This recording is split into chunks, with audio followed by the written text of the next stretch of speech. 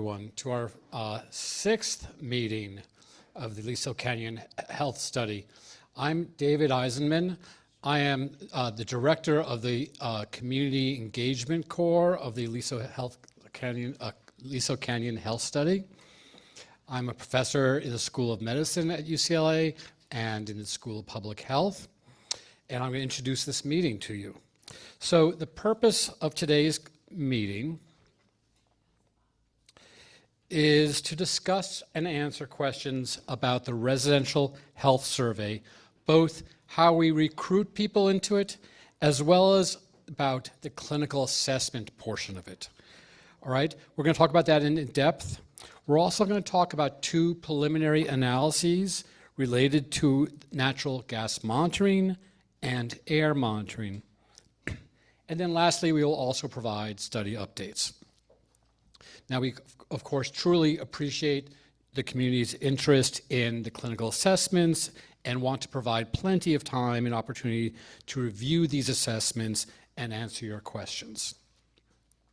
We're also going to be presenting, as I said, on the preliminary study results, and we're doing this before we submit them to scientific journals for peer review and publications.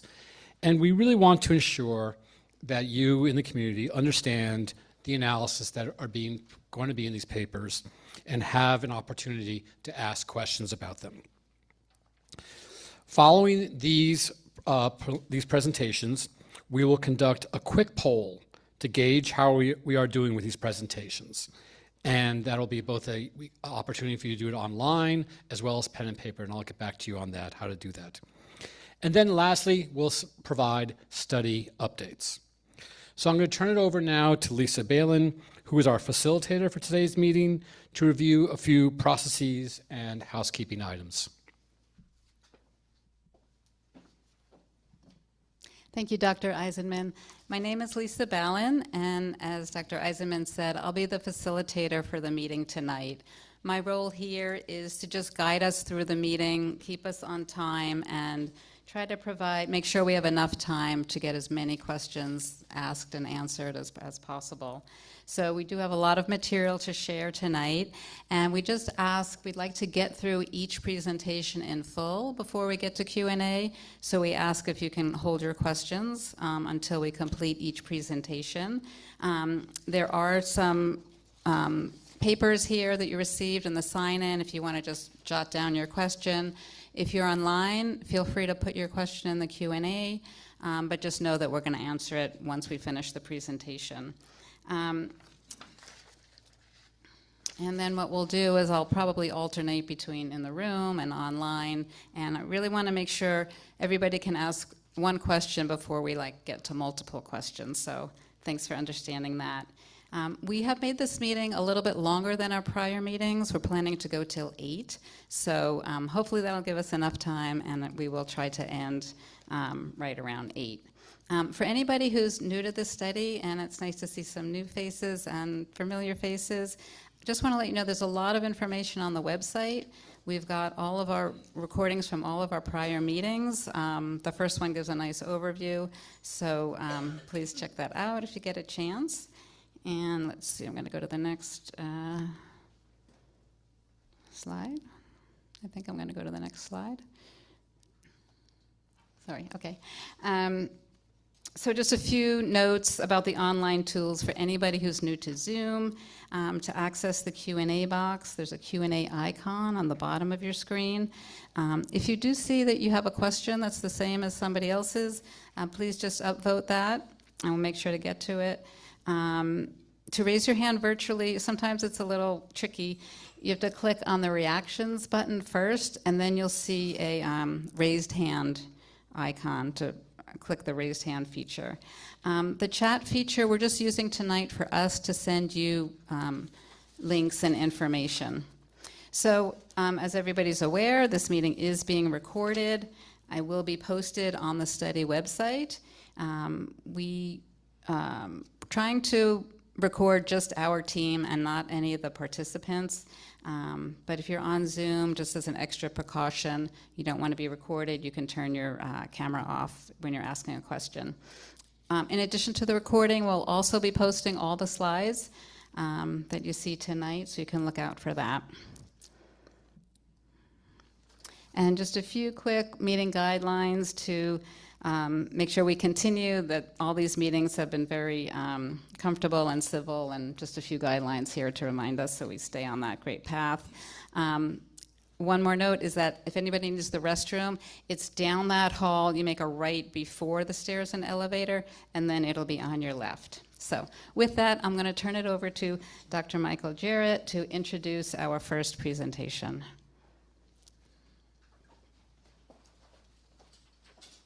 Thanks, Lisa. It's always a pleasure to be here to see all the concerned community members, and hopefully we can answer a lot of your questions tonight about our ongoing analyses. What I want to do is just sort of give you the big picture rationale for what we're going to be presenting. And we know that a lot of people in the community have wanted these clinical assessments for a long time, and I'm happy to say that they've now been launched. Our wonderful nursing staff, led by Dr. Wendy Robbins, who will be presenting next, was out here today doing clinical assessments.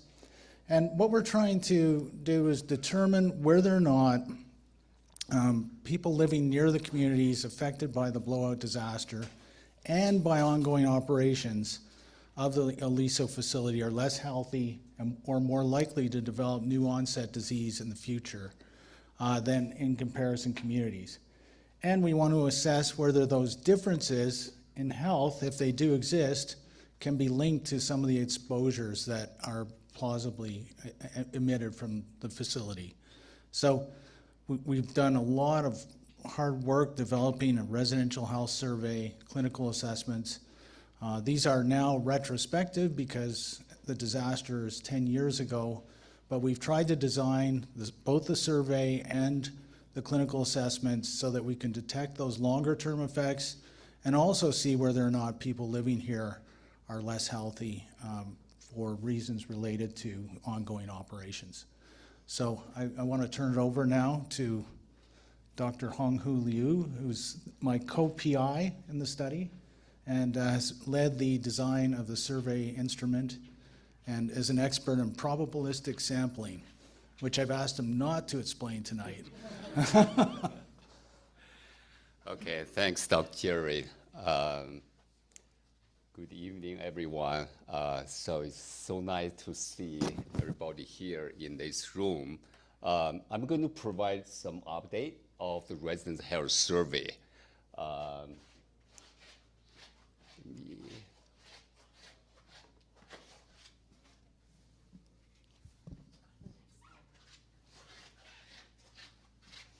Okay, so based on previous meetings and also Dr. Jerry's presentation, we are all clear about the purpose of resident health survey. But how it is actually get done? So the resident health survey is primarily get done through online, through internet. But participants can also contact the study team, request assistance to go through the survey by telephone or even in person if needed. Recruitment strategy. So we use a random sampling algorithm to get actually a representative sample of 2,000 households to conduct resident health survey. So these 2,000 were divided 1,400 from the affected area and 600 from the comparison area. Of the 2,000, 600 participants will also go through the clinical assessment. With that, 400 from affected area and 200 from the comparison area. For recruitment, the invitation letters will be mailed out to the selected potential participant in waves or in batch. So the invitation letter contains quite some information, such as the direct web survey access, the QR code, the support phone line if you have questions, and also some other contact information. If there's no response from a specific letter, then 2 remind letters will be mailed out to follow up with approximately 2 weeks apart. Survey invitation and letters. On the left is invitation letter envelope, is an example. On the right is an example of the actually invitation letter, which contain quite some information. For example, it describes what is this invitation letters about, and the importance of the study, and some regulations. For example, only 1 adult person per household may participate in the study, and also how to access the resident health survey. So please make sure to check your mailbox, especially recently, because every single household will have a chance to be selected. And you may be one of those selected. And if you do receive, please respond ASAP. And we will appreciate if you can also encourage your neighbors and the friends in the area to do the same. How to opt in to the clinical assessment? In order to provide the opportunity to participate with clinical assessment, the very last question of the clinical of the resident health survey will ask you if you are interested in participating in clinical assessment.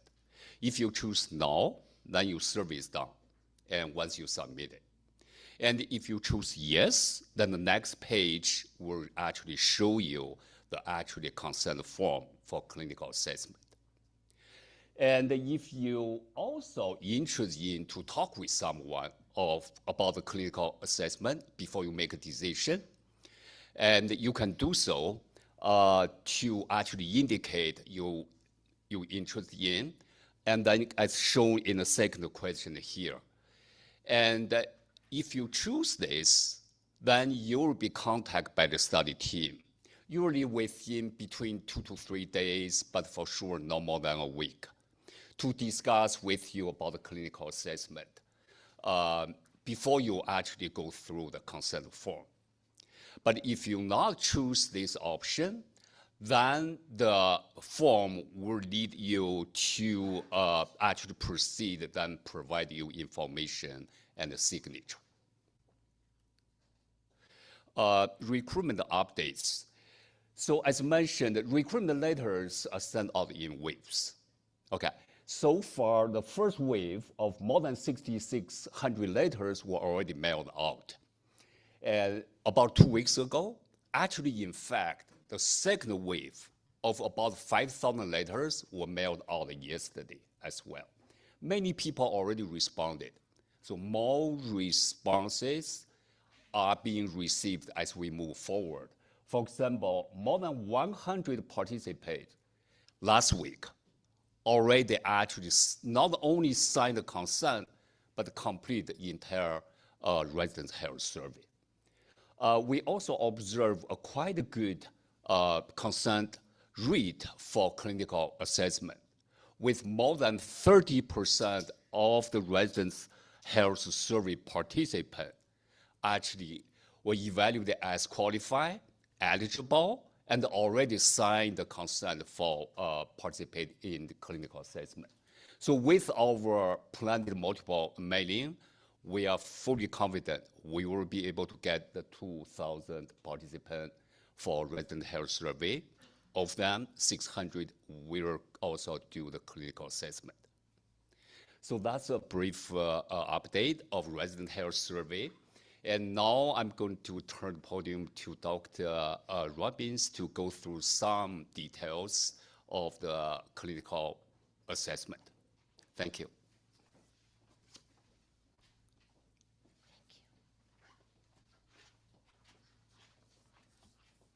Thank you, Professor Liu, and good evening. My name is Wendy Robbins. I'm a professor at UCLA in the Joe C. Wen School of Nursing and the Fielding School of Public Health. My role on the project is with the Health Corps Clinical Assessments, and I was invited tonight to share an overview of the clinical assessments with you. And to start, I can share how the clinical assessments are organized. We have 2 field research sites. One is here at the Vineyards, and the other is at the Marriott in Simi Valley, 121 Cochrane Street. And as described by Dr. Liu, this is a study of 2 groups. One is the community affected by the blowout disaster, and the other is a comparison community. And those participating in the clinical assessments from either group have the option to choose the research site most convenient for them, either Simi Valley or here. When you enter a field site, you will see stations set up. And these are the stations, and I'll go through them. Next slide.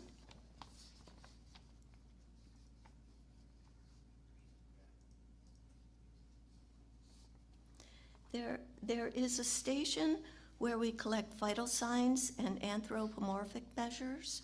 Vital signs include blood pressure, heart rate, oxygen saturation, and temperature. These are all part of a general assessment of current health. And also the blood pressure will be used to make sure it's not elevated prior to this spirometry. And then for the anthropomorphic measures, these include height, weight, and waist-to-hip ratio.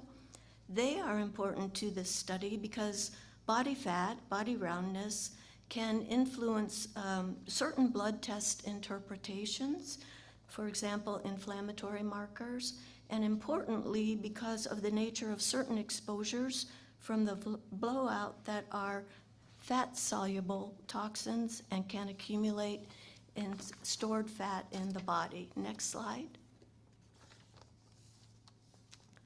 There is a station where we collect clinical blood tests, and the clinical blood tests include the complete blood cell count differential and platelets. Certain disaster exposures are known to be toxic to bone marrow and blood-forming tissue. And although the CBC is often a part of a regular physical exam, it can help detect abnormalities that warrant further workup. We also will do a total protein and protein electrophoresis assay. This is used to help detect protein abnormalities in blood that warrant further workup for some blood-related cancers. For example, multiple myeloma and monoclonal gammopathies, such as megas. Next slide. We will assay a comprehensive metabolic panel. This includes 14 tests that provide an overview of liver, kidney, metabolic function, electrolytes, and fluid balance. We'll have a lipid panel.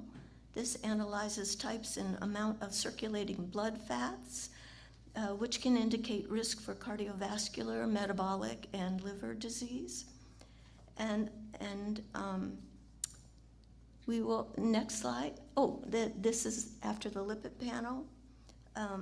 We will do blood tests like C-reactive protein, IL-6, TNF alpha. These are immune and inflammatory markers, and certain blowout exposures are known to affect these immune and inflammatory responses and can increase the risk of many diseases. Next slide. Now I will turn the microphone over to our colleague from Emory University, Dr. Dean Jones, to talk about metabolomics assays. Hi. Sorry I can't be there with you, and I certainly feel the need to try to help in terms of dealing with the concerns of the unknowns, and that's basically what the metabolomics is all about. So, wait a minute, we have the wrong slide here. We should be back to metabolomics slide.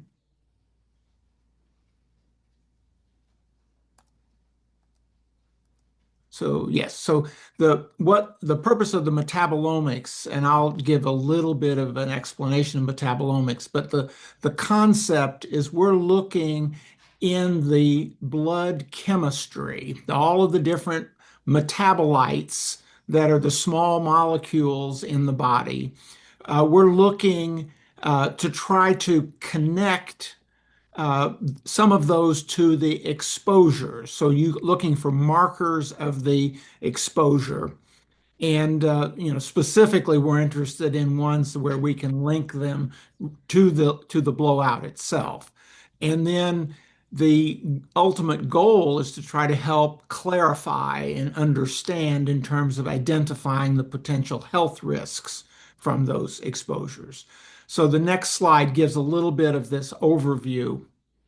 I didn't tell you who I am. I'm trained in biochemistry and metabolism. I'm a professor of medicine at Emory University, and I've been living and breathing metabolomics for the last 20 plus years. But this is the quick overview that the metabolomics analysis provides a connection between exposures and outcomes. And so in the diagram here on the left-hand side, what you see are external exposures. These are external to the body, and these are things like air pollution, environmental pollutants, and lifestyle impacts. And so all of those external factors are impacting the internal chemistry. And in this case, it's the metabolism, the small molecules. And so we in our assay, we do both targeted and non-targeted measures of the small molecules. And so one goal is to try to link those metabolites to the exposures on the left.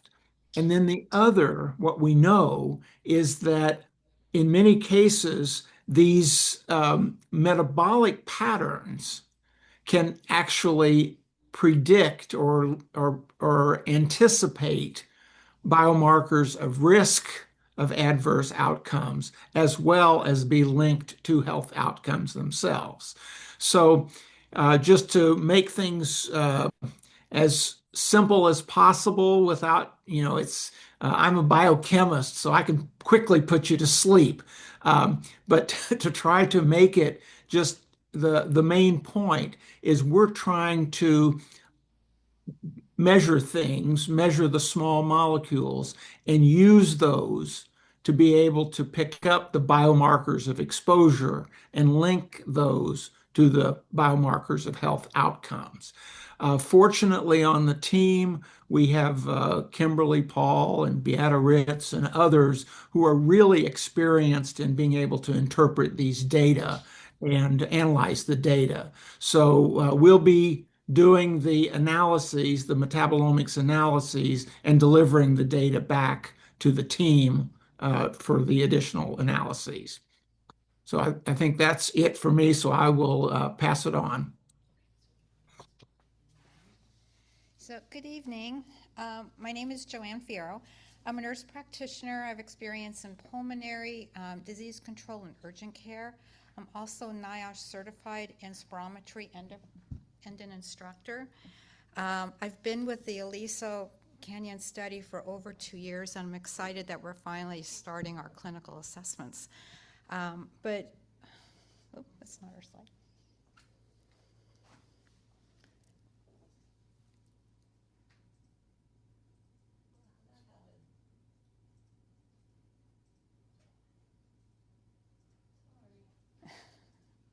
There we go. Okay, so Dr. Robinson gone over our first two stations. So our third station is cognitive assessment. And we're doing these assessments because exposure to gas may cause neurological deficits. So during these assessments, we're going to be asking questions. We're asking you to do some little tasks with pen and paper. And this will test areas of the brain. And so we can check on your language, memory, thought process, and your attention. These are just a few of the areas that we'll be looking at. The assessment takes about 10 minutes. Nothing to prepare for this. And it is a screening, so you get your results that day, but it's a screening. It is not for diagnostic purposes. Okay, next slide. And then our final station is for lung function, or spirometry is what we're actually doing. And we know that with the inhalation of gas, that it can affect the respiratory system. And with spirometry, we're measuring the amount of air that you're exhaling after you take a very deep breath, and then you blast out forcefully and strongly initially with the testing. And we got to do a few maneuvers to get accurate testing on this. But with this measures, they can show restrictive and obstructive diseases such as asthma, emphysema, chronic bronchitis. And again, this testing is not diagnostic, it's screening. We'll go over the results with you at the same time that the testing is done there. Next slide. And then at the completion of having the assessments done, we will give you the results the same day. So you will get, this is the form that we'll be giving you that has all of your results from that day. We will not have the lab results for you at that time, though.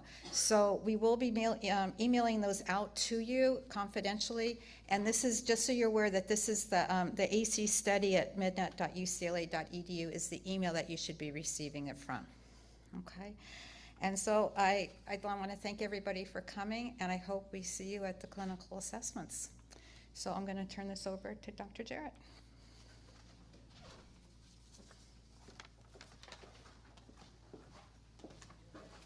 Thanks so much, and I really want to emphasize how lucky we are to have such an extremely qualified and experienced team that's conducting the clinical assessments and the residential health survey. And people like Dr. Jones have been pioneers in the field for 15 years, and they've developed a lot of the methods of modern toxicology. So I want to keep us on schedule, but I want to thank all the presenters. Now our next talk is what we've... pardon me, sorry. I stepped off the script. Oh. I'm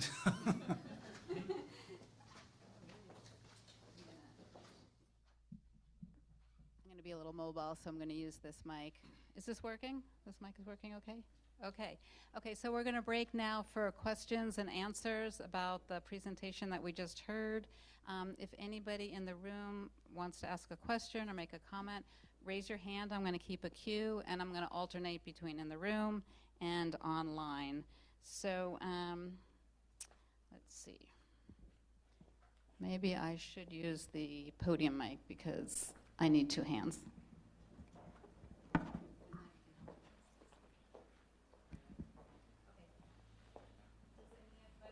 Have a question on that presentation?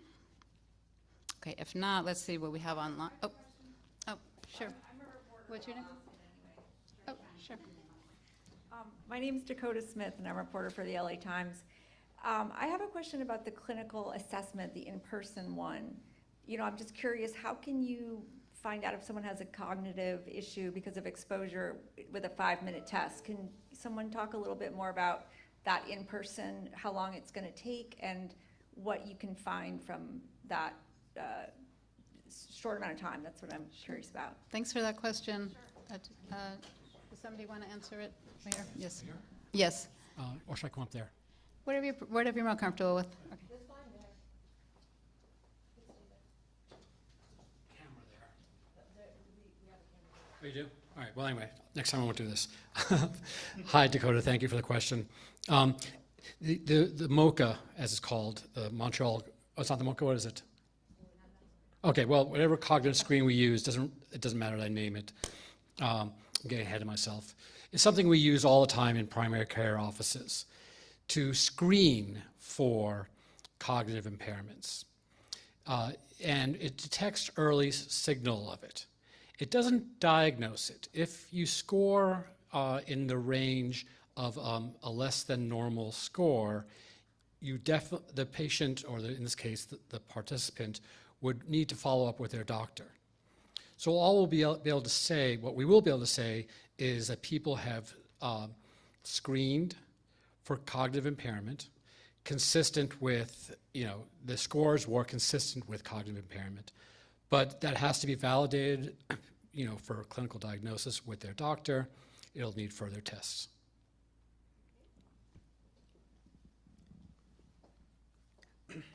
My name is Julie. Thank you. Oh, Julie Kornstein. Julie, can I just hold one quick section? I'm going to just go to one online question, go and then ahead. we'll get to you next, Go ahead. Julie. Okay, thank you. So we do have a question online. It's on a little different topic, but let's take it anyway. The question is, has there been any soil sampling in the blowout zone? Also, has there been any impact from all the fires during the time the study was being conducted? Thank you.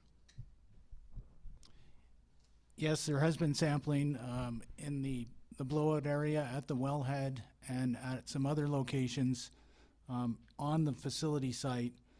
Those have been used to look at the composition of the soil and the metals that were in it, and to try and link that to the indoor air sampling that took place back in 2016.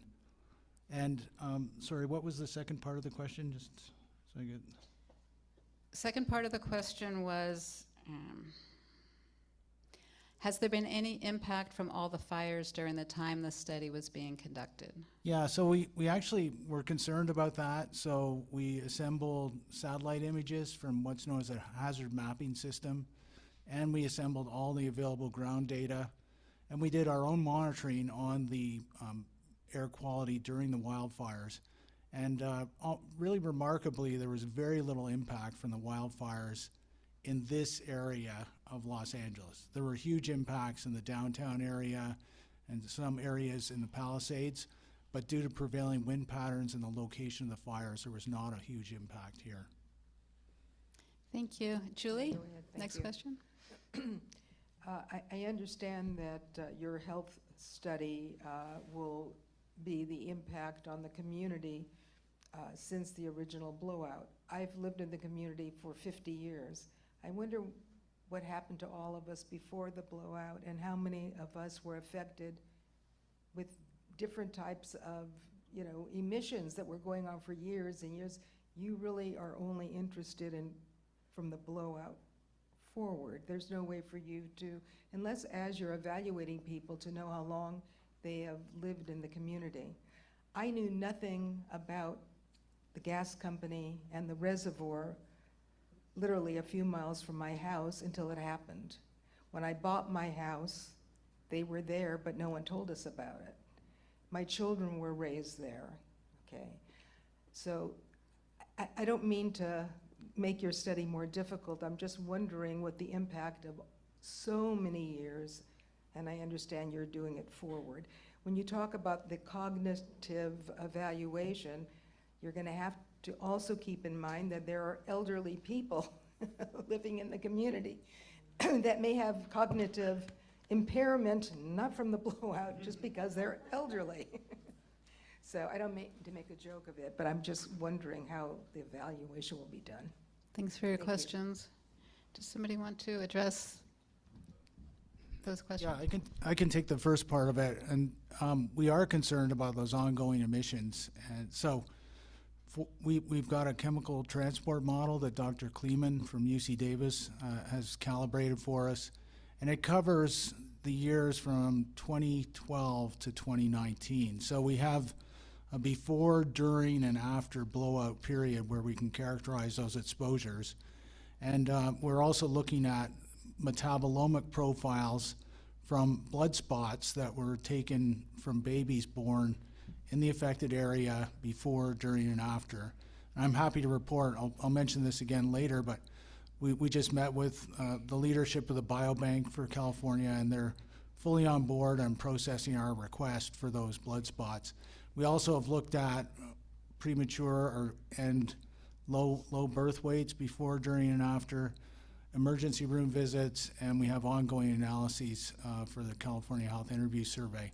So, I mean, one of the key strengths of the design that we put together is that we're always using a comparison community, and we're trying to look at those periods before, during, and after, with the assumption that the comparison community would have the same trends in their health. They might be healthier or less healthy, but that overall temporal pattern is going to remain the same. If we see it really deviate, as we did with the birth outcomes, it gives us an indication that those exposures from the blowout are contributing to adverse health outcomes.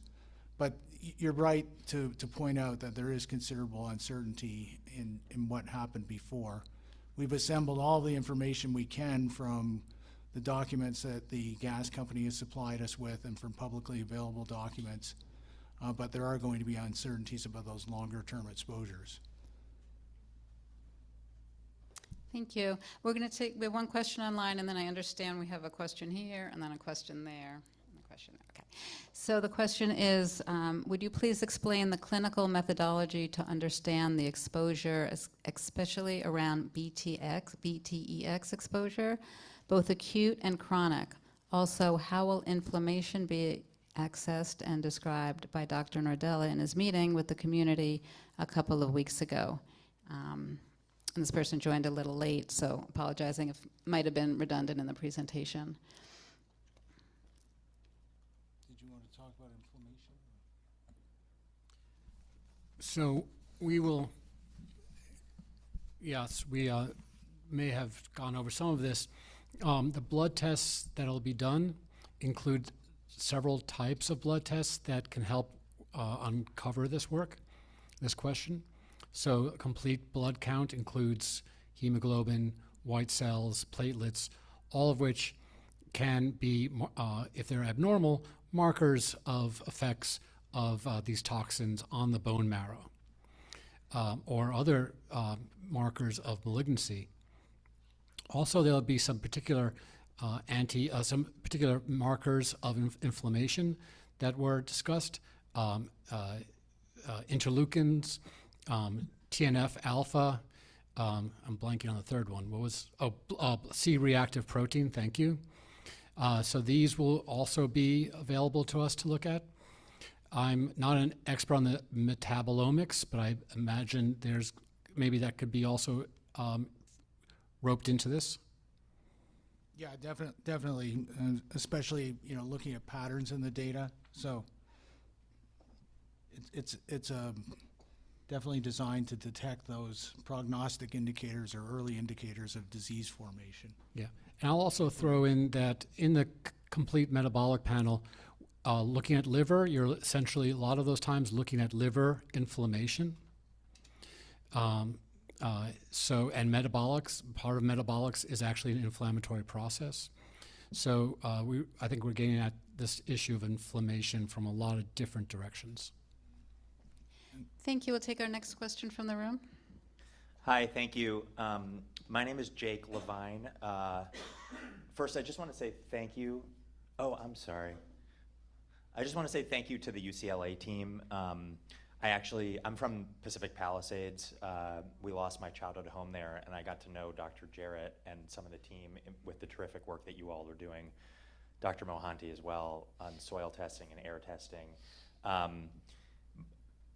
Full disclosure, I'm running for Congress in this district. I'm challenging Brad Sherman, in part because I feel that we need to be doing much more work in these areas, and we need to be dealing with the underlying cause of the facility. I have a question related to that, which is back in 2015 and 2016, I was coincidentally serving on Senator Fran Pavley's staff when this happened. And we worked very hard to shut down the facility. And there was a period of time during which the facility was shut down. It's come back up. But I'm wondering, in sort of a nuance of Julie's excellent question, will the data reflect that period of time when the facility was shut down? And is there any way to extrapolate from that data any lessons that could be learned about the effects of the ongoing operation of the facility in terms of health outcomes? Was question number one. And then question number two, just in terms of the baseline data, there are other SoCalGas operated facilities like this one around LA, in Playa Vista, for example. I think there are two others in addition to to that and this one. Are you able to use health data in the vicinity of those reservoirs as a baseline that could help also address some of the questions about whether there are disparate impacts in this community specifically around natural gas facilities? And might that be helpful if something to work on if we don't have access to that data? Thank you. Yeah, so during the shutdown, it was the facility was still operating, but it was down to what's known as a cushion level, so it was about 35-40% of its full capacity, whereas during the blowout it was 75 to 80%.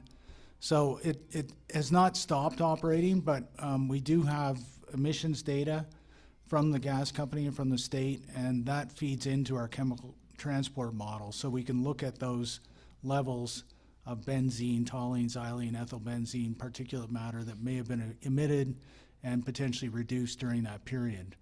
We don't see evidence of huge differences during that period where it was down to cushion capacity or much lower capacity than it is today. And then your second question, we haven't measured health around on our Rancho or I think it's Playa del Rey facility. So, but we have gone and measured indoor and outdoor air concentrations, and you'll see some of that tonight. And we've also measured the composition of the natural gas that's going into people's homes so that we're able to compare that to what we see here. And we'll be presenting those later, so hold on for the full answer. Thank you.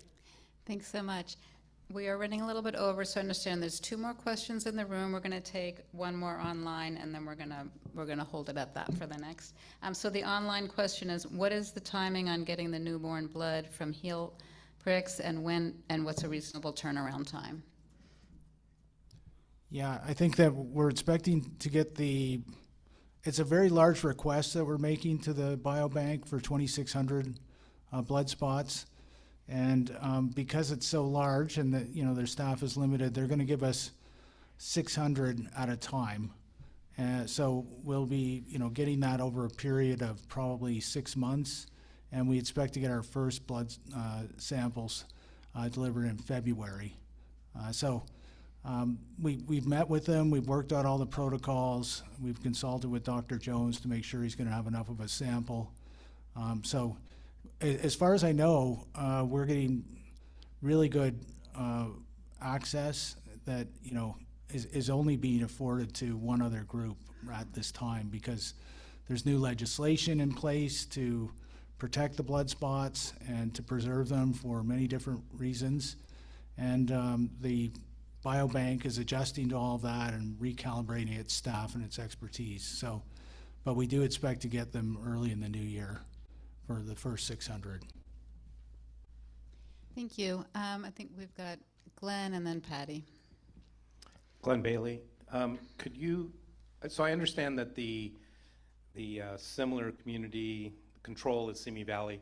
For the surveys, the invitations being sent to this area, do you have a slide that shows the boundaries of where those are within those boundaries that they're being sent, or could you just describe the boundaries in terms of major street, or if it's whole zip codes or whatever, just kind of give an idea? And if you need to pull up a slide from somewhere else later, that'd be fine. But if someone knows it offhand, that would be helpful. Yes. And I'll pull up the zip codes. He'll give you a general. Yeah. The selection for the survey responders for the affected area, we actually use 5 miles from the SS-25 wellhead. So that is the boundary of our defined affected area. And so everybody within that area will have a chance to be selected. For the comparison area from the Simi Valley area, that we actually selected based on the demographic and other factor matching. And we have selected a total of in that area, actually total is supposed to revised is 11 census tracts. So that is over sampling free for these two areas. Okay, so zip codes would be 91326 Board Ranch, 91311 Chatsworth, 91324 and 91325 Northridge, and 91344 Granada Hills. For Cal State Northridge, thank you. Yeah, yeah, yeah. Yeah, and Thank you. some of our earlier meetings, we presented our methodology for how we selected the impact area. We used a combination of remote sensing and aerial retrievals for methane, our chemical transport model, complaint data from the community, and then for the matching, we looked at sociodemographic characteristics, routine types of air pollution like ozone and PM 2.5. And then subsequently, we used our chemical transport model to look at where there were discernible impacts in that comparison community from the blowout, and we see absolutely no impact on the air toxics there. So we think we've got a good comparison, and one that will be quite valid for the purpose of the study. Yeah, for the affected area, the selection actually is algorithm is actually stratified. We use 3 factors: socioeconomic status, race, ethnicity, and the distance from SS25. Thank you. Patty? Okay, are there any people that you would like to exclude from the clinical exams, such as someone who's been diagnosed with cancer living in this area? Do you want to talk about the exclusions? Somebody want to? This is Dr. Badiati. Hi. There's only 2 exclusion criteria. One is if you didn't live in this area since 2015 continuously, and if you're not over 18. Okay, good. Thank you. Thanks. So with that, I'm going to turn it. Can we wait? Is it really fast? 'Cause we're okay. We'll do it really fast, Julie.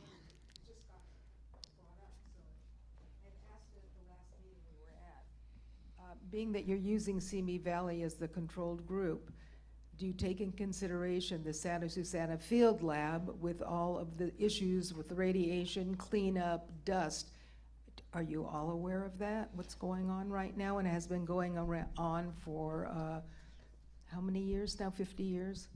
Yeah, so in response to community concerns that were expressed to us, we have excluded all areas that are within 2 miles of that facility. So it's not going to influence. Not far enough. Well, if we wouldn't have anything left. You're right. It should not have been a comparison community because too many other variables. Yeah, I guess 2 miles, it seems as though that's probably sufficient. But Thanks. We'll have to take that back. It's just one Yeah. census. There's just one census tract in Simi Valley. It goes all the way out to Thousand Oaks. So. yeah, so we have 1 census tract in Simi Valley, and then it goes to Thousand Oaks. So You do know that they have begun cleanup there, and there are truckloads of dust and debris being taken out of there all the time. yeah, my colleague Patty Gluck from the Fielding School of Public Health did numerous studies on that area, and we consulted with her extensively. We looked at all the files, all the possible contamination. Have you checked with DTSC what is going on? I mean, we've been having massive meetings about it for years now. Yeah, And it's huge. I mean, the impact has been really seriously detrimental to the communities, not just in Simi Valley. I Then mean, we're we're gonna have talking about heavy-duty radionuclides and chemicals that are coming out of that area. I think we'll have to They're take. going to We're be going to have to digging take that. down 10 feet down to try to remove contaminated soil. So I think we're going to have to take that back. You Take know, that I know in. you've already selected it, but I'm going like, I'm not sure it's the best comparison group. It should be an area that isn't contaminated or having that issue. Water contamination, air contamination. Thanks for that. You know the history of it, I am sure. Yeah, right? I'm going to have absolutely. to, I'm sorry, I don't, it's a really important question and point. I think we're going to have to take it back and reconsider. And I remember we've had that before and took it back and modified the study, but we'll reconsider it based on your comments. Really appreciate it. And sorry I have to cut you off, but I want to make sure we have enough time to get to our next two presentations. So I'm going to turn it back to Dr. Jarrett to kick off the natural gas monitoring presentation, but I'm going to give him a minute to finish writing down your comments. Okay, thanks.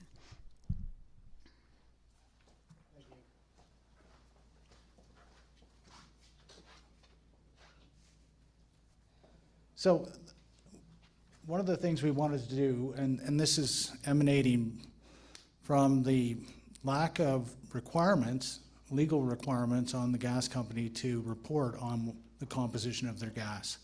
So we want to give you the results of some extensive sampling we've done in the affected area as well as in comparison and regional background locations.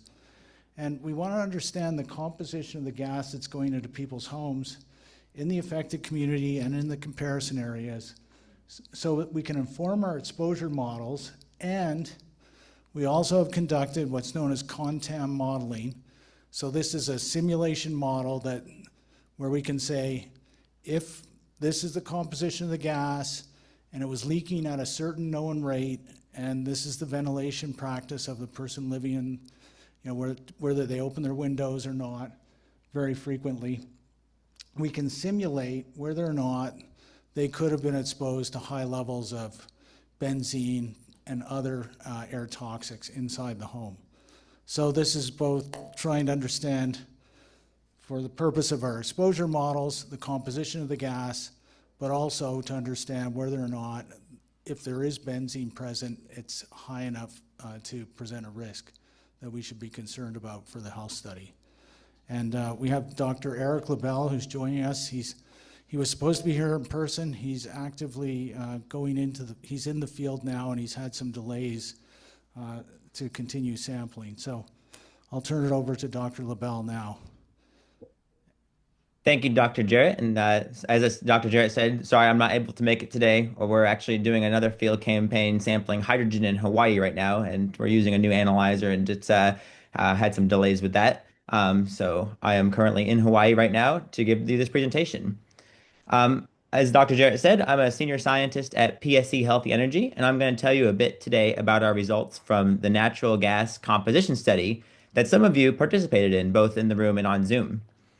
We worked closely with our collaborators at UCLA as part of the Aliso Canyon Disaster Health Research Study to conduct this work. Next slide, please. I work for PSC Healthy Energy. We're a nonprofit science and energy policy research institute headquartered in Oakland, California. Our mission is to generate science-based energy and climate solutions that protect public health and the environment. I'd like to acknowledge my other colleagues at PSC who also work closely on this project. These folks all contributed in some way to sample collection, data analysis, and project oversight. Next slide, please. First, I'll tell you a bit about how we designed our study. You can go to the next slide. As many of you in this room already know, natural gas is made up of mostly methane, which is a very strong greenhouse gas. Because of this, we know that leaks of natural gas, especially in the Aliso Canyon blowout, for instance, have had a large impact on global warming. However, we don't know what else is in the gas besides methane. If there are other health-damaging air pollutants in natural gas, that creates a pathway for people who are exposed to a gas leak to also potentially be exposed to other health pollutants. Our motivation to study present-day natural gas composition stems from this uncertainty around how many of these chemicals may have been present in unburned gas and also emitted during the blowout. Unfortunately, we have very little data on the composition of gases that were stored at the Aliso Canyon storage facility during the blowout. And relatedly, gas utility companies, as Dr. Jarrett mentioned, are not required to report the full chemical makeup of natural gas that flows through their system. Some will report the amount of the largest components of the gas, like methane, but the identity and amounts of specific chemicals that are toxic to humans are largely unreported. PSC and our collaborators at Stanford have done extensive work to collect data to understand what is in the gas. Over the last 5 years or so, we visited over 700 homes from over 20 cities around the world to measure unburned gas. As part of this work, we conducted a similar gas composition study in 2021, which focused on communities in California specifically, which included the impacted area here, and we found that elevated levels of some toxic compounds like benzene. So we wanted to perform a more robust follow-up study as part of this study to see if anything has changed. Next slide, please. As you can see from the schematic of the natural gas supply chain from production to processing to delivery, we know that gas leaks exist throughout the system. The methane component of these leaks has been studied extensively to understand its impact on the climate, as I already said. But as I also already mentioned, we want to know if people exposed to gas leaks are also exposed to toxic pollutants in the gas. PSC and others have led work that shows that there are commonly other health pollutants associated with these gas leaks, including in residences. So we hypothesized that sampling gas delivered to homes near Aliso Canyon may tell us more about the gas stored at Aliso Canyon. Next slide, please.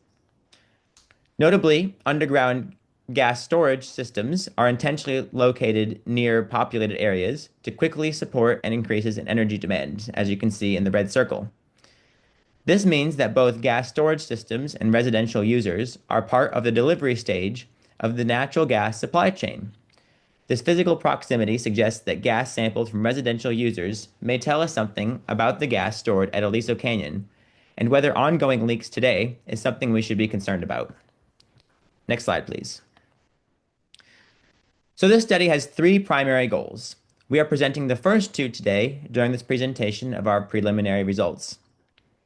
Ultimately, this study aims to characterize present-day natural gas composition delivered to residential customers that live near the Aliso Canyon underground gas storage facility. This data will be used to support exposure reconstruction for the 2015-2016 blowout and assess whether ongoing gas leaks today are a cause for concern. In tonight's presentation, we will largely focus on the level of benzene in present-day natural gas, in part because it is the most toxic of the chemicals routinely found in natural gas. So one of our first research questions is to test whether benzene in present-day natural gas is elevated in the communities near Aliso Canyon compared to communities further away. We then tested whether gas composition has changed over time by comparing to our 2021 previous study that also collected gas samples in communities nearby Aliso Canyon and throughout California. And next, we wanted to determine what present-day indoor benzene exposures could arise given different sizes of indoor leaks, such as those from household appliances like a gas stove. And we'll do that through the CONTAM modeling that Dr. Jarrett mentioned earlier, and I'll talk about more later. And finally, as I mentioned, future work will be used to understand how our gas composition samples can be used to recreate outdoor exposures from the blowout in the impacted areas. And we're not going to talk much more about that today, as that'll be more future work. Next slide, please.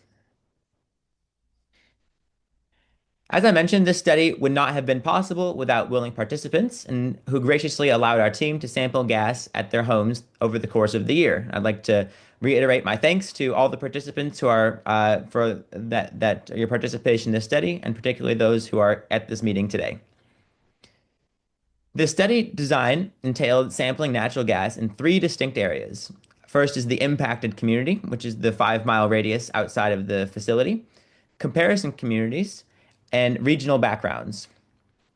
From the map on the right, we can see a red semicircle, which outlines that 5-mile radius, due south of the Aliso Canyon storage facility, which is the impacted area. And the blue squares in this semicircle represent the participant homes located within this area. We also collected samples from homes located in the comparisons community of Simi Valley, which is directly west of the impacted area, and we indicated that with the 2 green boxes. And finally, we sampled at 4 homes that we considered to be regional background samples, which are depicted as purple squares on the map further south of the impacted area. Next slide, please. To capture a robust representation of gas composition in the different communities, we collected samples at the same homes across the 6 different sampling trips. We sampled every 2 months for the course of the year, so we had 6 sampling trips in total. You can see from the table that we sampled from 16 homes in the impacted community and 5 or 6 homes in the comparison group or background samples. Each sampling trip occurred every 2 months over the course of the year, so we sampled each home 6 times, starting in June 2024 and ending in April 2025.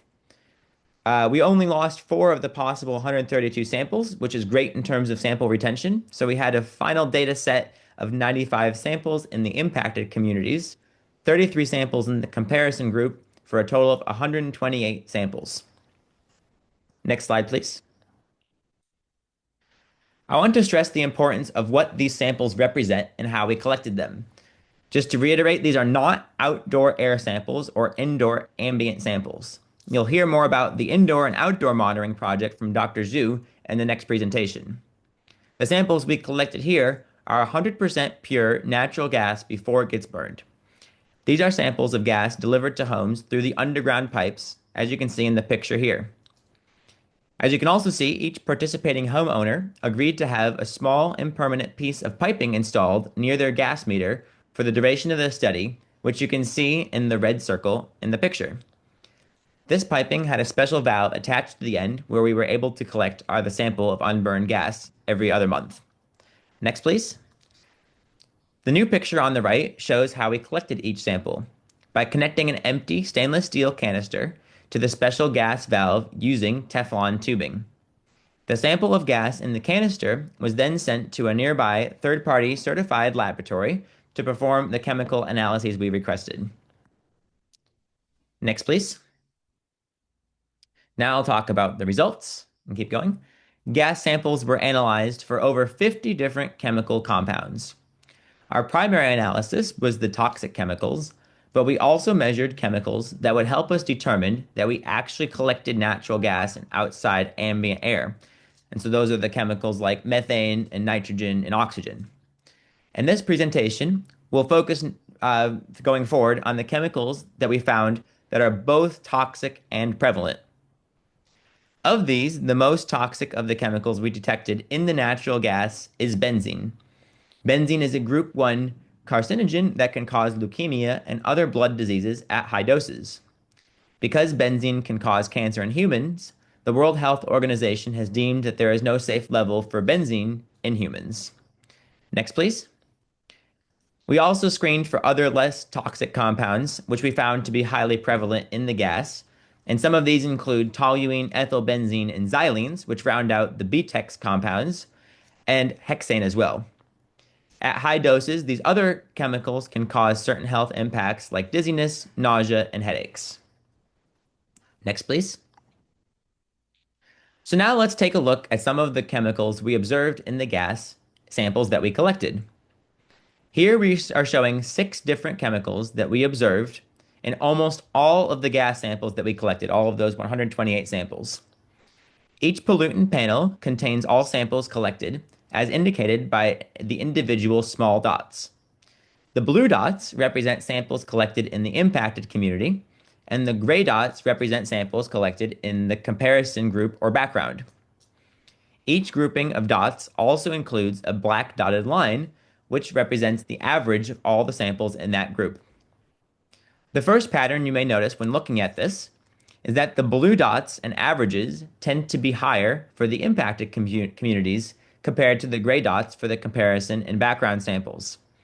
And the other pattern you may notice is that there are more outliers or points that are higher up than the cluster of points lower down in the impacting communities compared to the comparison group, which you can see from the wider spread of points. And so next we'll take a moment to investigate each of these patterns a little bit more closely. Next slide, please. So let's start by focusing on benzene only, in part because it is the most toxic of the compounds that we observed. This plot is a slightly different way to look at the data we collected. Here, we are looking at individual home samples where we averaged all 6 sampling trips into one value, which is represented by the height of the box in each of these plots. So rather than seeing individual points, we're now looking at the bar for each of the sampling homes. And just to note, the numbers under each bar are random de-identified participant sample ID. So those don't have to pay too much attention to those. Let's pay more attention to the colors. The first pattern you may notice when you're looking at this plot is that the blue bars are again generally higher than the gray bars.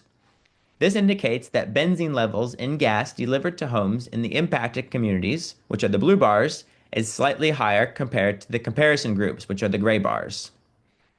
So we can also see that the averages for these two groups are 7.3 parts per million for the impacted community and 4.8 parts per million for the comparison communities. To understand if this difference is meaningful, in science we rely on statistics to help us understand if differences like this are different due to random chance or not. Typically, the larger the difference, the less likely the difference is due to the random chance. So we ran statistical tests on these data, and we found that the difference between the impacted communities and the comparison group was in fact meaningful. And these differences are not influenced by the fact that we have repeated samples at each home, and these differences were also not in fact influenced by the outliers in either group. Unfortunately, we can't say now why the benzene is higher in the gas compared to homes, delivered to homes in the impacted areas compared to the comparison in background. But we're currently working with the California Public Utilities Commission, or CPUC, to try to better understand this difference. And the other pattern you may notice when looking at this is that the higher bars of the for the two samples, one is in blue, is denoted by the blue arrow, and then the gray bar denoted by the gray arrow. And I want you to remember these two samples for the next presentation, where Dr. Zhu will present on the benzene levels that they measured inside these two homes. So those are going to be ambient indoor and outdoor measurements from inside these two homes with the higher benzene. Next slide, please. The other difference we wanted to formally test was whether the same data we collected in 2021 has changed over time. Here we see a dot plot of the natural gas data we collected in 2021 compared to the 2024-2025 sampling in the impacted community only. Like before, each dot represents one measurement and the horizontal line represents the average. First, you can notice that there are many more samples collected in the current study compared to 2021. Next, you'll also see there's a slight difference in the averages between these two samples, where the average is slightly lower today compared to what it was in 2021. However, when we apply statistics to this difference, we found that these two sets of data are not meaningfully different. So this suggests that over the last 5 years or so, the composition of natural gas delivered to customers has not drastically changed, in the impacted community specifically. In other words, had we collected more of these samples in 2021, it likely would look similar to the dots you're seeing from 2024 and 2025. Next, please. The other comparison we can make is to the previous studies that we have collected, where we collected similar gas data across North America. So in this dot plot, you can see that the same benzene levels in natural gas by city. These are 17 cities where we collected gas across North America, or specifically in the US and Canada. And you can see that the average benzene level from the impacted community here, which is 7.3 parts per million, is similar to the other Western cities like Vancouver, but it is higher than other California cities like San Francisco, Fresno, Sacramento, and San Diego. Next, please.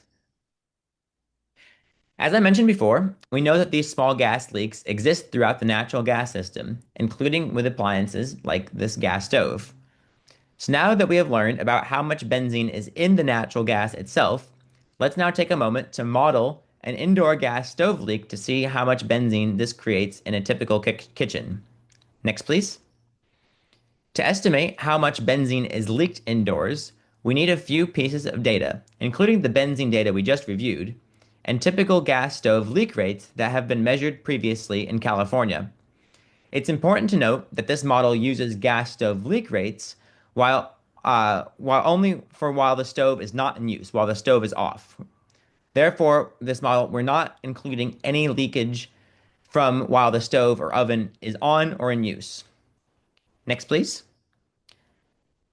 We then input these data into a federally approved indoor air quality model called CONTAM. We mentioned that earlier. And this estimates indoor pollutant levels based on home size as well as ventilation, like window opening. We use the home sizes typically found in the impacted community as our model input, and we're going to focus on modeling benzene emissions, benzene concentrations. In particular, as I mentioned before, benzene is the most toxic and one of the most prevalent of the compounds that we measured in our gas samples. Next, please.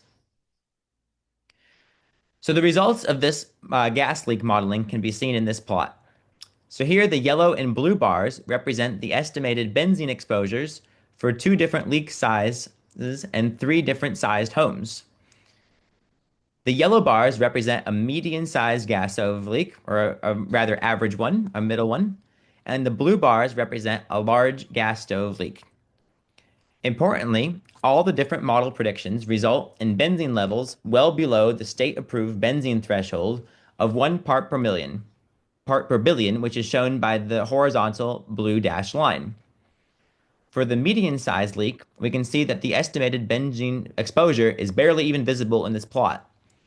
Even when we model the largest leak that we observe from a stove while not in use, we can see that the benzene levels are around 5 times lower than the 1 part per billion level. And just a reminder that Dr. Zhu will present in the next presentation her measured benzene levels indoors that corroborates these model estimates. So you'll hear more about that coming up next. Next, please. So I just want to take a moment to reiterate our overall conclusions of this based on our preliminary findings. First, natural gas delivered to residential customers routinely contains benzene and other toxic compounds.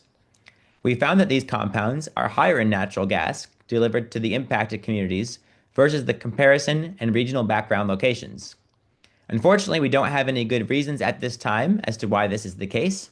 We are currently working with California state agencies to try and find an explanation. Next, we found that the samples we collected in this study were not meaningfully different compared to samples of similar gas data that we collected over 4 years ago in the same community. Overall, the levels of benzene and other compounds in gas are elevated, but are similar to other cities along the western US and Canada. And finally, when we modeled potential benzene exposures from different size gas leaks, we found that the estimated levels were well below the state-approved thresholds. Next, please. I'd like to thank you for listening today and just like to acknowledge one more time all of our participants who made this research possible and all of our collaborators at UCLA who have worked tirelessly with us to work on collecting these samples. And invite you to learn more about PSC if you're interested by visiting our website or any of our social media. And at this time, I'd like to turn it back over to Lisa to facilitate Q&A. Thanks so much. Thanks, Dr. LaBelle. Do we have any questions in the room on this presentation? We've got one back there. Hi, my name is Maureen Capra. I've lived here over 50 years, and I've smelled it all that time. But when I bought it too, it was Getty oil fields, I thought. Anyway, we had the test, the gas thing on outside. Which house was mine? I don't recall your number off the top of my head, but it's a good point to, we are intending to send out individual reports to everybody that participated so that you can see which house is yours. And so you can expect that in the coming months. Okay, we've got a question online. Thank you, Eric. Your study tests natural gas from homes after the quote-unquote scrubbing process we know Aliso Canyon does before export to commercial and residential uses via a pipeline network. How will you study and extrapolate the true toxic exposure the community was exposed to as the blowout was untreated, continuous flow of natural gas, crude oil, and a toxic soup? How will this discrepancy be addressed, considering the benzene and other toxin levels would be much, much higher during the blowout?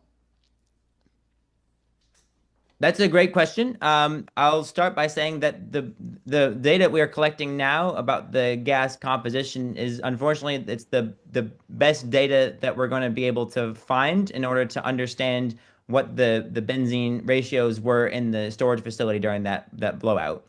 As I mentioned that in the slide earlier, the link between the storage and the residences is the best that we can get, where we can continuously collect these samples of gas. And what we'll be doing with these is really trying to understand the ratios of benzene to methane. We have a lot of methane data. We can apply the chemical transport models to the methane, and we can also do that for the benzene, and to understand what the ratios would be in the community given the known leak rates of the facility during the blowout. If I could just add, we were able to obtain benzene samples from very near the leak during the blowout, so within 500 feet of the well, and Dr. LaBelle hasn't been involved in that part of the study, so he may not have been aware of it. We do see that the benzene content of what was coming out during the leak is much, much higher. I mean, hundreds of times higher than what we see in the unburned natural gas that's going into people's homes today. So Dr. Battiati did extensive document searches on that and found these information, and we've incorporated those into our chemical transport model. And you can see very substantial differences in the ambient concentrations that resulted during the blowout compared to what would have resulted if we used the same estimates from today's gas. And then on the scrubbing of the gas, based on our consultations with the Public Utility Commission, we don't think that the scrubbing is targeting benzene. It's targeting other substances like hydrogen sulfide and toluene. So it may not be scrubbing out the benzene, and that's currently under investigation by the Public Utilities Commission and by the Office of Environmental Health Hazards Assessment. They're still in the middle of their investigations. And just as a quick point that gets back to one of Jake's earlier questions, the high level that we saw in the control areas, that is from the Playa del Rey site. So we do see a pattern where gas samples that are taken near the storage facilities tend to have higher levels of benzene than in other locations. And we don't, at this time, have a good explanation as to why.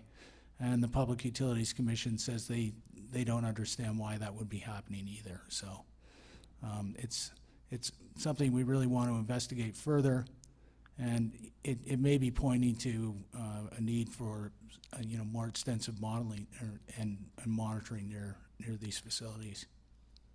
Thank you, Dr. Jarrett. We have another question in the room. Julie? So your study had to do with multiple things, but gas stoves. And I don't know if that, whatever that weird color was that actually gas coming? That was just to let us know that's okay. Yeah. Have you done any testing, air conditioning and gas systems for heating?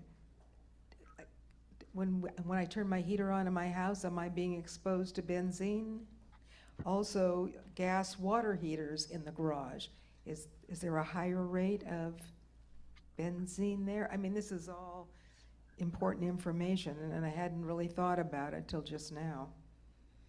Yeah, that's a great question. I can try to answer some of that for you. So we're measuring the content in unburned gas. So the only way you'd be exposed to the chemicals that we're finding in this gas is if you're exposed to an unburned gas leak. What happens after combustion is a whole different story, which I've written many papers about, and could give another presentation sometime, but that's outside the scope of this project. I will say that, so as I said, it's not just about the gas stove. We're most interested in understanding leaks from gas stoves because your gas stove is typically found in your kitchen. Gas furnaces and water heaters, as you rightly mentioned, also burn gas. But those appliances are not always in someone's home. Sometimes they are, but sometimes they're in garages or outdoor sheds. But more importantly, when you turn them on, they're generally have a dedicated vent by them that will vent whatever it's leaking or burning as part of the combustion process outdoors. That's not always the case with a gas stove. Some people have ranges over their gas stove that will reduce the concentrations from the emissions of the gas stove. But people don't always necessarily turn them on, or they're not always 100% effective, not nearly as effective as the water heaters and furnaces that you mentioned. Thank you. We have another question online. The sample gas slides noted 2 homes with high levels, one in gray, one in blue. Did you investigate why? Yeah, that's a good question. So we don't know why just yet. As Dr. Jarrett mentioned in his last answer, the gray bar is the one that's closest to the Playa del Rey facility that you can see from the map earlier on. So we don't know why, as he said about these concentrations might be higher. But as I said, you'll also learn more about the indoor concentrations from these 2 homes in Dr. Zhu's presentation next. Thank you. Do we have any more questions in the room? If not, there's one more online. I'm wondering if this data could be used to assess the risk of hydrogen plants with natural gas combustible. We haven't looked at that too much yet. I would say that the understanding the gas composition, as we presented here, is really important to understanding what the gas composition is to anybody who's exposed to a gas leak. So if the hydrogen plant is built where people live nearby, then sure, we could use these data to understand if the gas is leaking from that facility. Is that impacting nearby residences or nearby people due to the other chemicals that are entrained in those gas samples? So it's not just a methane leak, but it's also a health leak as well, a health impact of the leak as well, to try and understand that. Okay. Actually, one more question popped up on this topic in the chat. You mentioned benzene is the worst chemical and that there's no safe level, but then it stated a safe level for it. With a question about that? Yeah, so there's 2 different levels for benzene. Benzene is the worst of the ones that we screen for. And the WHO's no safe level specifically applies to its cancer causing potential. So benzene is known to cause leukemia. And the California state threshold, it's not necessarily a safe level, but it's a level that's used for understanding its reproductive toxin level. So that's the best threshold that we have, and it's locally in California. So that's why we put that in there for comparison to the levels that we were seeing.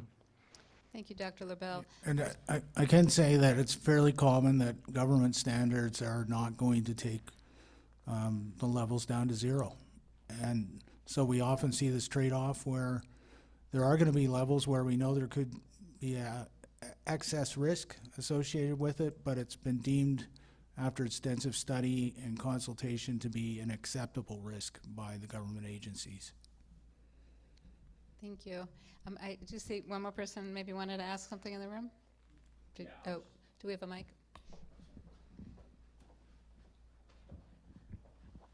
Hi there. So just with that concern then for benzene exposure potentially increasing leukemia rates, is that something which specifically like y'all are very conscientious about within the study? Just like is that particular hypothesis that you're very keen to explore, whether or not like specifically leukemia is occurring at higher rates within the Aliso Canyon impact community? Yeah, we've got an ongoing analysis. It's based on the cancer registry data. Dr. Liu's been leading that, but we're focusing on that as one of the key outcomes. It is that and acute myeloma So we're very concerned about that. Some of the biomarkers and the metabolomics will also allow us to look at whether there's heightened risk for cancer in the community. It's very hard to assess the cancer risk in terms of what we get from the government monitoring data, because although it's a fairly large population close to the facility, a lot of cancers are still fairly rare, and that means that we don't have a lot of numbers. So comparing and trying to find those differences that are not occurring by chance, as Dr. LaBelle pointed out, it is challenging. But we're also looking at some of the healthcare data for consults with primary care physicians. Dr. Pratt's been leading that assessment. So I expect in our next meeting, we'll probably have some results for the community to look at on cancer. Thanks so much. I'm going to move us to the next presentation. I recognize there's one comment in the Q&A relating to the earlier topic. If we have time at the end, we'll get to that. But I'm going to turn it back to Dr. Jarrett to kick off our next presentation.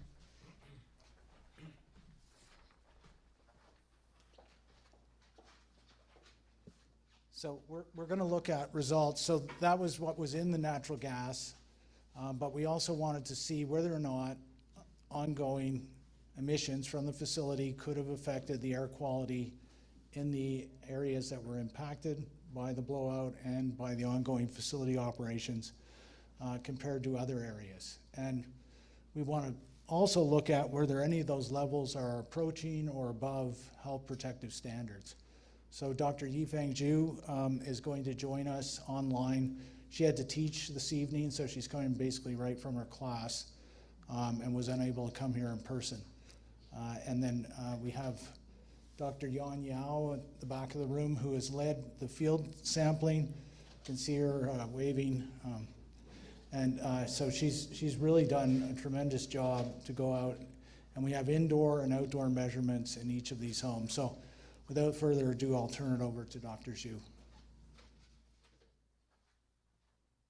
Thank you, Dr. Jarrett, for the introduction. Next slide, please.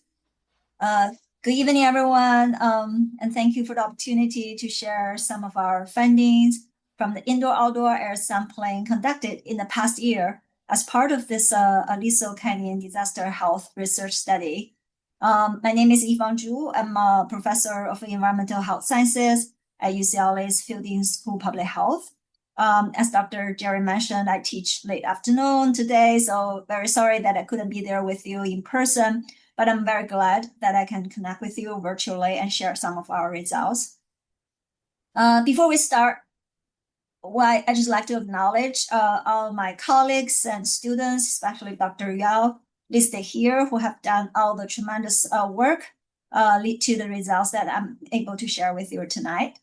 And our goal is very clear. I want to walk you through what we measured, what we found, and what those findings mean for your community.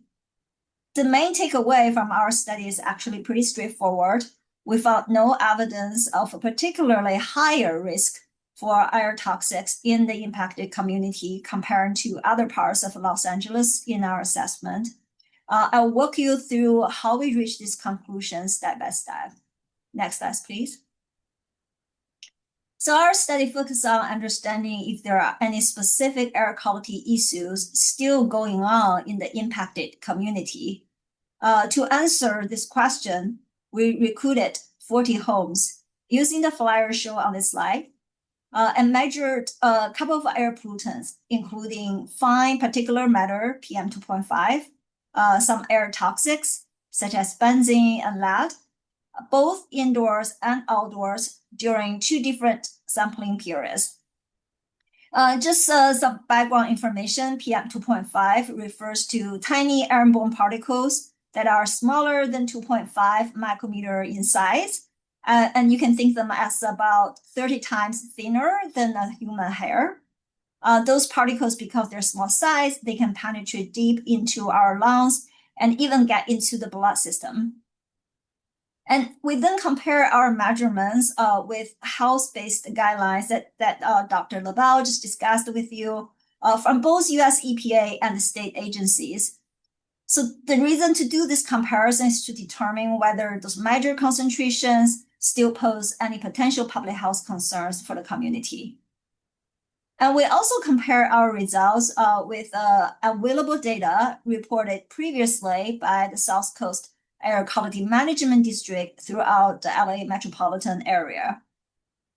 Next slide, please.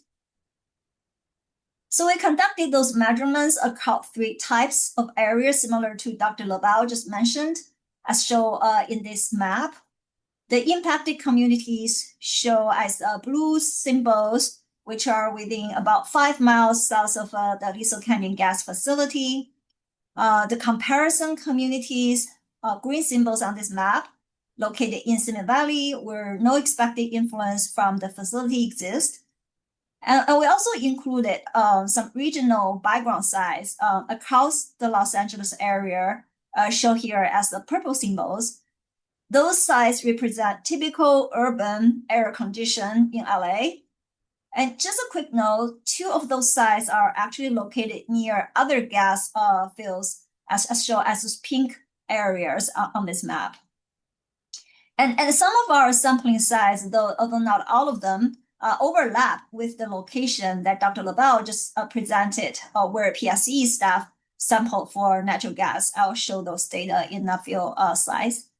So this sampling design allows us to really distinguish what might be specific to the impacted community from what reflects just general background air quality issues in the Los Angeles basin.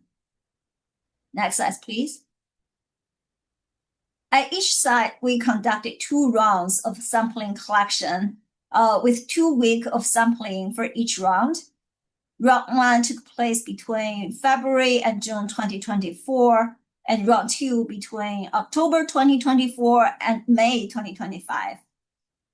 You might notice that round 2 took a little bit longer than round 1, and that's because in response to some early questions about fire, we paused our field work from January to March 2025 during the LA urban wildfire, because we don't want our samples to be contaminated by the fire smoke.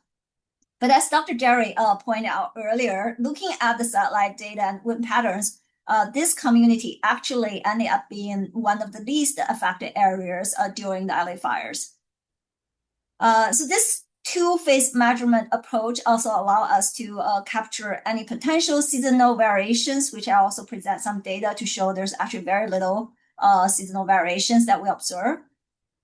Each sampling round includes indoor and outdoor measurements at the same home.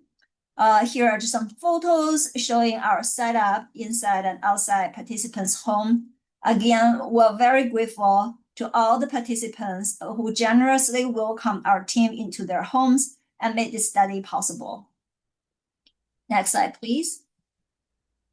So here we're looking at outdoor benzene level from individual home sampled during round 1. Each home is shown as a number on this chart.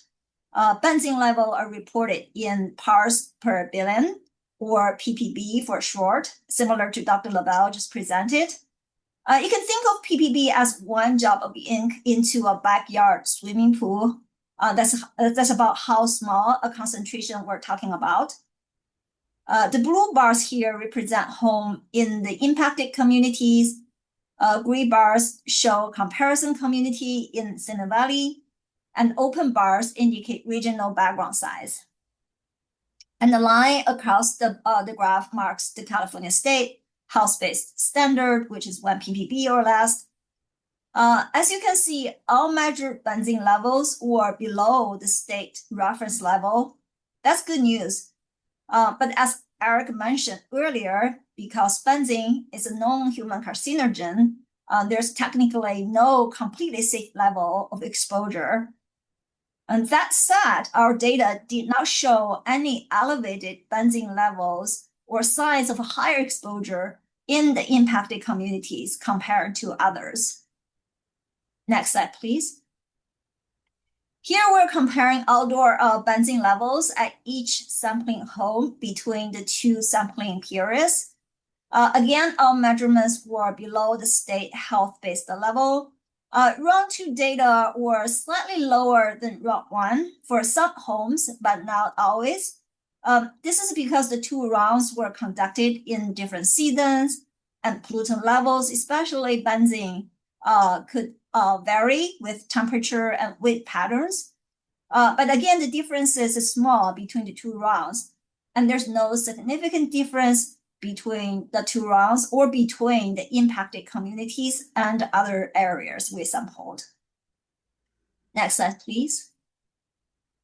Now that we have seen the benzene level from individual home, so I want to show some data to compare those average levels with data collected back in 2016 from the impacted communities, and with some early measurements conducted by the South Coast Air Quality Management District. So on this chart, you can see data from different sources.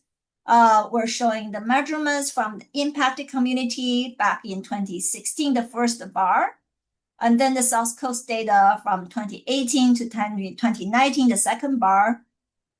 And then finally, our own data collected over the past year. And for our study, we averaged the results across individual home that we sampled into 3 groups: the impacted communities, the comparison community in Simi Valley, and the regional background size. So just a little bit more context about the 2016 data.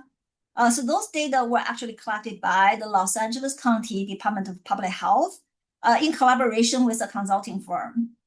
They measured air quality next to the Aliso Canyon natural gas storage facility where the blowout occurred. Their sample took place in late March 2016, so roughly 4 to 6 weeks after the gas leak was sealed. For the South Coast data, those measurements were done between 2018 and 2019 at 10 monitoring sites across the Los Angeles metropolitan area as part of their multiple air toxic exposure study. As you can see, benzene level in 2016 from the impacted communities were somewhat higher than what we measured this past year. But the 2016 data are still comparable to South Coast regional measurements back in 2018 and 2019. And once again, all those levels were still below the state's health-based standards. Next slide, please. Here are the PM 2.5 results from individual home for both rounds. Again, PM 2.5, they're just tiny particles. They can go deep into our lungs and cause various adverse health effects. Overall, you can see the PM 2.5 levels across all the monitoring areas were well below the EPA daily standard of 35 microgram per cubic meter, or even below the annual standard of 9 microgram per cubic meter for the most part. This is an important finding as it indicates that PM 2.5 concentrations, which is one of the most health relevant air pollutant, were well within regulatory limits through our study sites and our study periods. Next slide, please.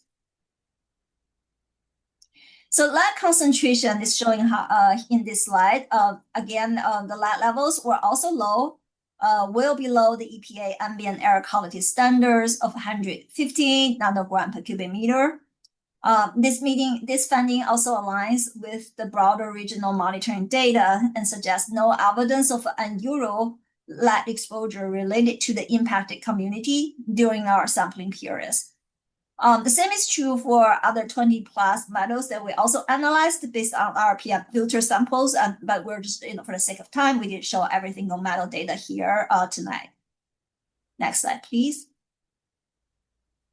So you hear from Eric that some elevated benzene levels were detected in the natural gas pipeline in the impacted community. And as Dr. Jerry mentioned, in response to that finding, we added indoor benzene measurements to our study. So here you can see data from the homes where we have both benzene data from the natural gas sample that Dr. LaBelle just presented and the indoor benzene data from our sampling. So while you can see high benzene levels in the gas at a few homes, including the blue home number 40 in the impacted community, and then the open bar home number 36 in the regional side on this slide. So those numbers corresponds to the participant ID 115 and 904, respectively, in Dr. Lavet's presentation. The indoor benzene levels for those two homes, they stay pretty low, not higher than other homes that we sampled in this study, and again, well below the 1.0 ppb threshold. And those observations happens across all our measurements. Again, those indoor levels are also consistent with the modeling, the content modeling results that Dr. Lavet just presented a few minutes ago. Next slide, please. And so when we compare the indoor and outdoor pollutant levels for benzene, PM2.5, and lead, so here the orange bar shows the indoor level, the blue bar shows the outdoor level for each of those three groups of sampling size. We found those levels are all well within the state and federal EPA standards, and there is no statistically significant difference in PM2.5, benzene, or lead among impacted community, comparison community, and the background size. So we did observe that indoor levels were slightly higher for PM2.5 and benzene in some homes, but this is not surprising, as common indoor sources such as cooking or cleaning, they can contribute to higher concentrations indoors than outdoors. So this finding underscores the importance of considering indoor environment when evaluating community exposure. Next slide, please. So to summarize our key findings, our results show that the air pollutant levels were low across all the communities we studied. Starting with benzene, concentration measured from all locations were below the state health-based reference level of 1 ppb. For PM2.5, the results were also reassuring. All measurements were well below the EPA daily air quality standards of 35 microgram per cubic meter. The lead levels were similarly low, with all sites show concentrations far below the EPA standard of 150 nanogram per cubic meter. Next slide, please.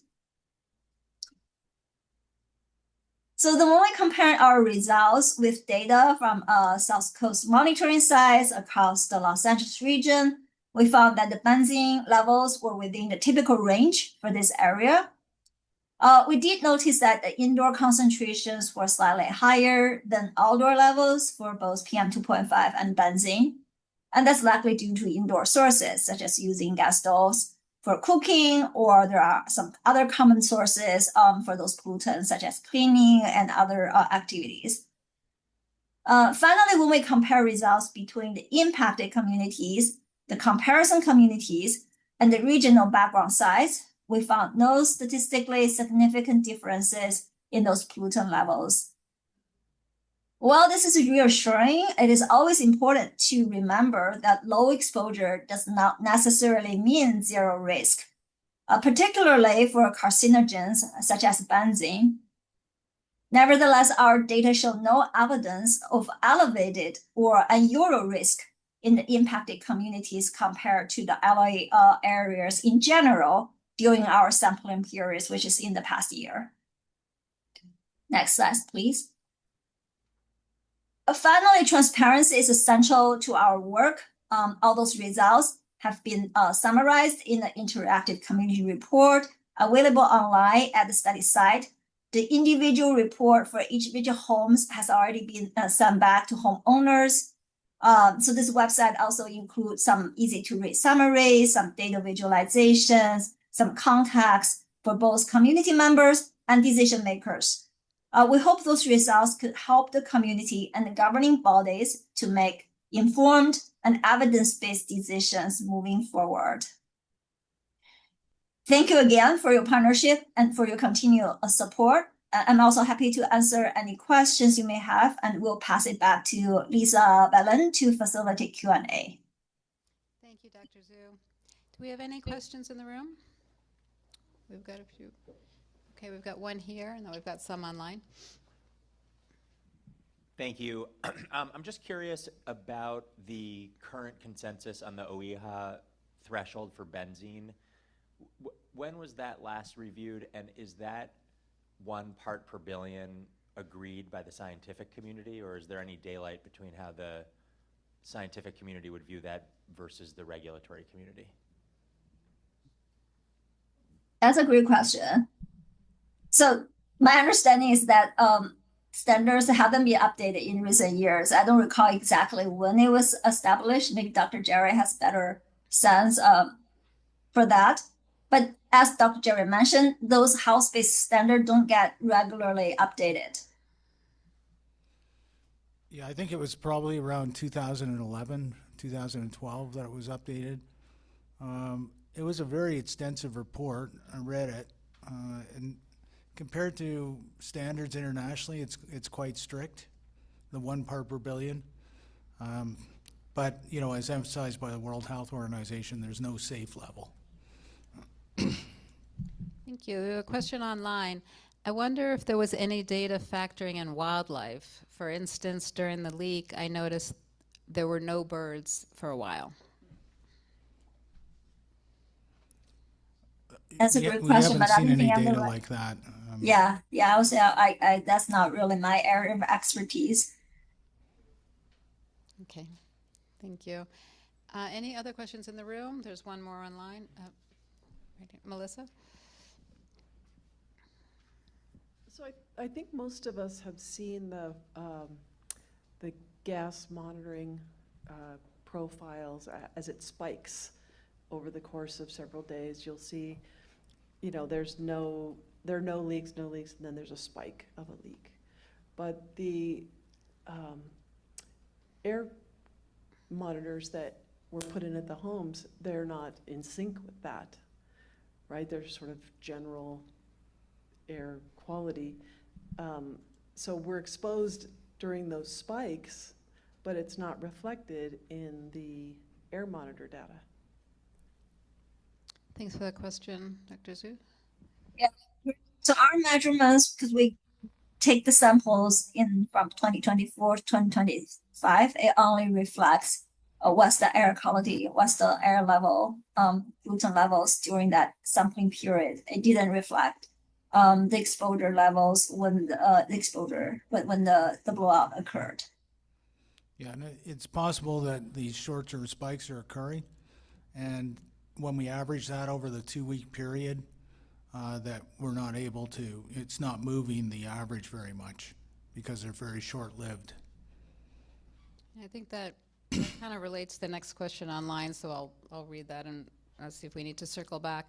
The question is, are these average benzene levels? If so, what about peak levels? Were they captured, and how did the impact area compare to the comparison group?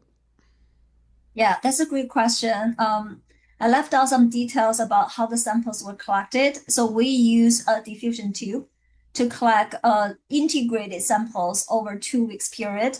The reason that we need to do that is this method requires that 2 weeks of sampling time. This is standard EPA method to have enough materials collected for subsequent analytical analysis. So we didn't have the capacity or didn't have the instruments to measure real-time benzene concentrations. Although it can be done, there's more sophisticated instruments that you can use to do that. But those can only be done like at one home at a time. It won't allow us to collect simultaneous measurements across different homes, so that we have a direct comparison between the impacted communities and the regional size and comparison groups. This is a great question. Our measurements reflect 2-week average exposures, if you wish, not capture the peak benzene levels if there's any peak occurs during this 2-week period. And just to answer the question, I looked up OHIA's website. The standard is adopted 2014, just so that we're on that there. Thank you. With that, I'm going to turn it just real quickly to Dr. Eisenman just to give a little request for the evaluation, and then we'll get to study updates right after. All right, well, very quickly, it's really important to us that we come here and present our results before we send them out to journals, and that we come out here and answer your questions. And so in the spirit of that, we're really seeking your feedback to see how we're doing and how we can improve. So we'd like you to take 5 minutes now just to allow you to take a quick 5-minute question evaluation. You received this form when you walked in, and for those of you who received the form, you can fill it out with pen and paper, or you can look at the QR code and scan it with your phone, and that'll link you to the online form, and you can do it on your phone. And then for those of you who are in the chat, there should be a link in the chat that you can use to fill out the evaluation. All answers will be anonymous. We really appreciate your taking the next 5 minutes to do this. So we'll give you 5 minutes to fill this out. Thank you.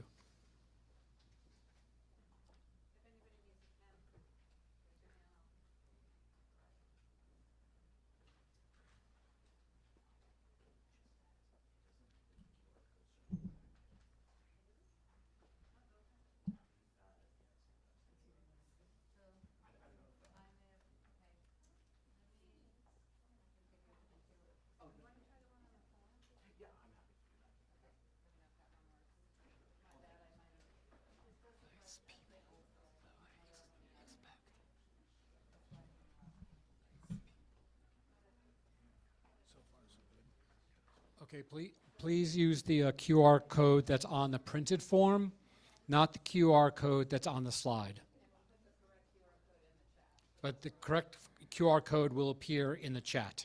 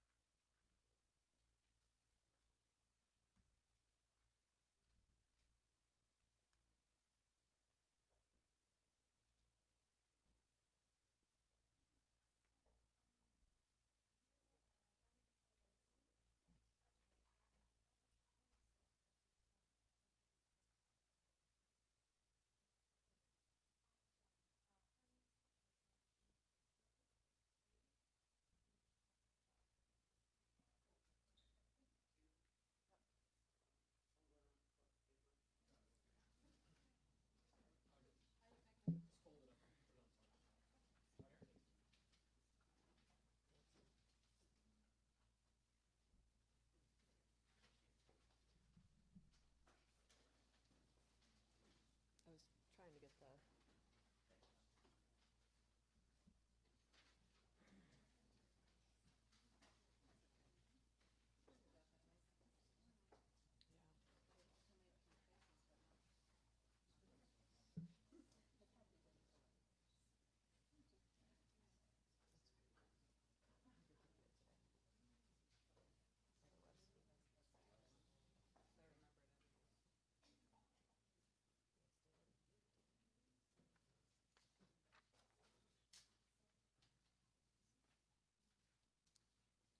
Okay, thank you so much, everybody. We really appreciate you taking the time to do that. With that, I'm going to turn it back to Dr. Jarrett just to give us a brief study update and any final Q&A if we've got time.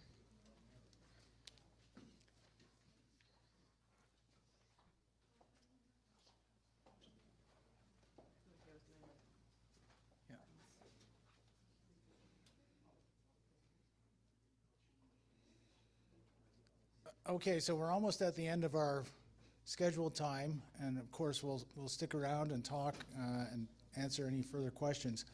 But I just wanted to give you an update on where the study's at and where it's going. So as Dr. Liu pointed out, we have already published, or sorry, I'm looking at the wrong slide. We published several studies this year. So we have one, the birth outcome analysis, which you've already seen in previous meetings. And that's been published in a leading, very rigorous journal, Science Advances. We have another paper that shows the extent of the methane plume during the disaster period from all available remote sensing data, and that's being published in Environmental Research Communications, another respected journal. And then we have the focus group and mental health study that was led by Dr. Eisenman and colleagues at NYU that has been published in Social Science and Medicine. So all of these are available. They're public documents now. We have the study that we presented at the last meeting on the emergency room visits as an indicator of health impacts that will be submitted very soon. Dr. Pratt has a near final draft to go to the journal. And then we have the exposure risk assessment methodology that'll be submitted as a paper so that people can see that and comment on it as we go forward. Now, I guess next slide, please.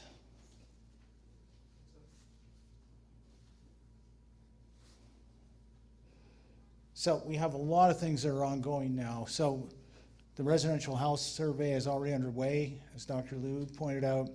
The clinical assessments have begun, and we've got additional information available on the website. Although we're getting good responses on the survey, the response to the clinical exams in the affected community, meaning here, have been lower than we would have expected. And this study depends on your partnership and participation. So we really encourage you to, if you get invited, please give it very serious consideration to participate. We're getting additional years of data for the state cancer registry analysis. Our scientific oversight committee recommended this so that we could increase statistical power to differentiate between the affected communities and those that are farther away and unaffected. We have an ongoing analysis of the California Health Interview Survey, which will look at various health outcomes, healthcare utilization, and compare that to our chemical transport data. As I mentioned earlier, we're working to get the biobank blood spot analysis initiated early in the new year. We've cataloged all possible data sources for the risk assessment, and we posted an inventory of that on the website for anything that's publicly available. And we're meeting on December 2nd with our scientific oversight committee, and we'll be submitting to them on December 11th our 3-year progress report, at which point they're going to assess it to determine whether the study's on track and achieving its goals and ultimately should be continued. So we don't expect that they're going to raise any serious concerns. We meet with them regularly. I know there was some consideration of this in the last meeting that people were worried that the study would be stopped just when we were getting to the clinical assessment. I mean, we can't guarantee how they're going to evaluate it, but they get regular updates. We have a clear understanding of how they want us to report to them. We're going to be putting together that master report and submitting it to them. And I expect, let's put it this way, I'd be very surprised if it's a negative evaluation, because as you can see, we're making a lot of progress and we're pretty well on time for most things. So let me conclude it there, and thank you for your time tonight, and encourage you to participate if you get asked in the survey or for clinical exams. Thank you.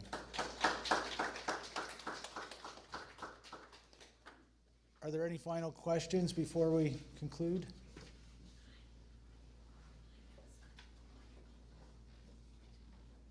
No?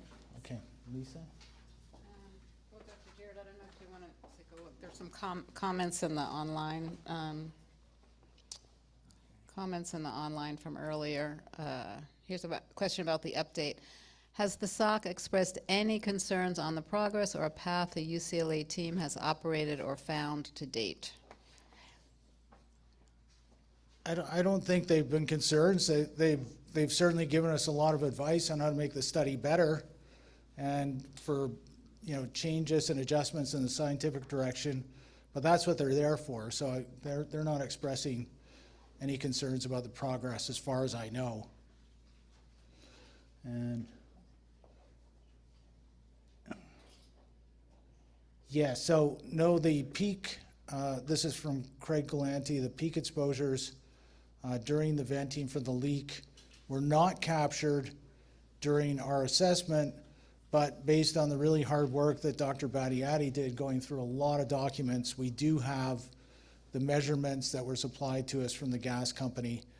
The key piece of information we're still missing is video during the kill attempts when they shot a lot of mud that was filled with many possible toxic substances, many of which we think showed up in your homes. We still don't have that yet. We've reached out to other lawyers that were involved in our UCLA councils, reached out to other lawyers that have been involved in lawsuits to see if they can supply any information. We're going to meet again with the gas company.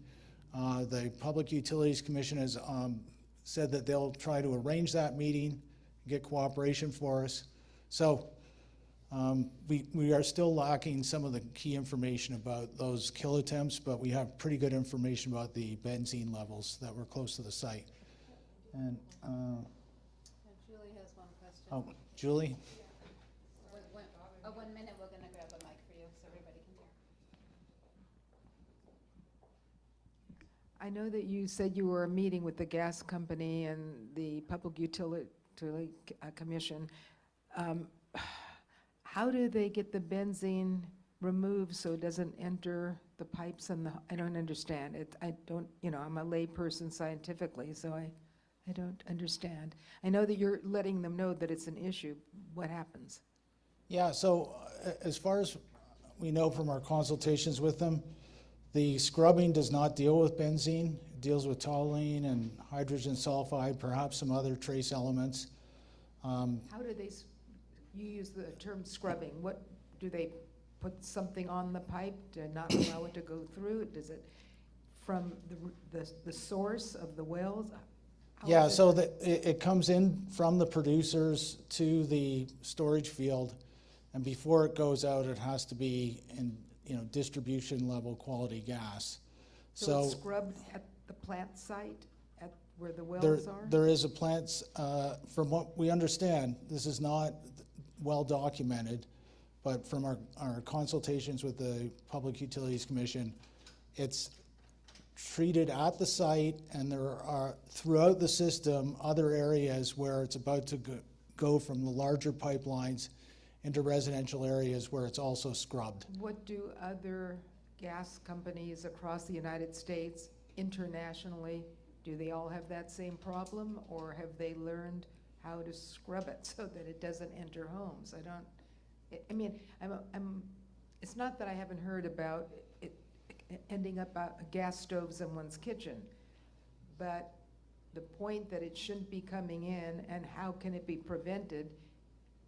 Are there studies or research done in other areas when you were showing all the other cities and the impact on, what are they doing? Is this something that is unusual for our area, or it's just the gas company being lax and not wanting, I'm assuming it costs money, that it's a financial issue. Well, yeah, you have to do regular testing of the gas, and they do that on a monthly basis from what we understand from the PUC. I don't know what the regulations are in other states. So in other words, other states may have more stringent regulations than California?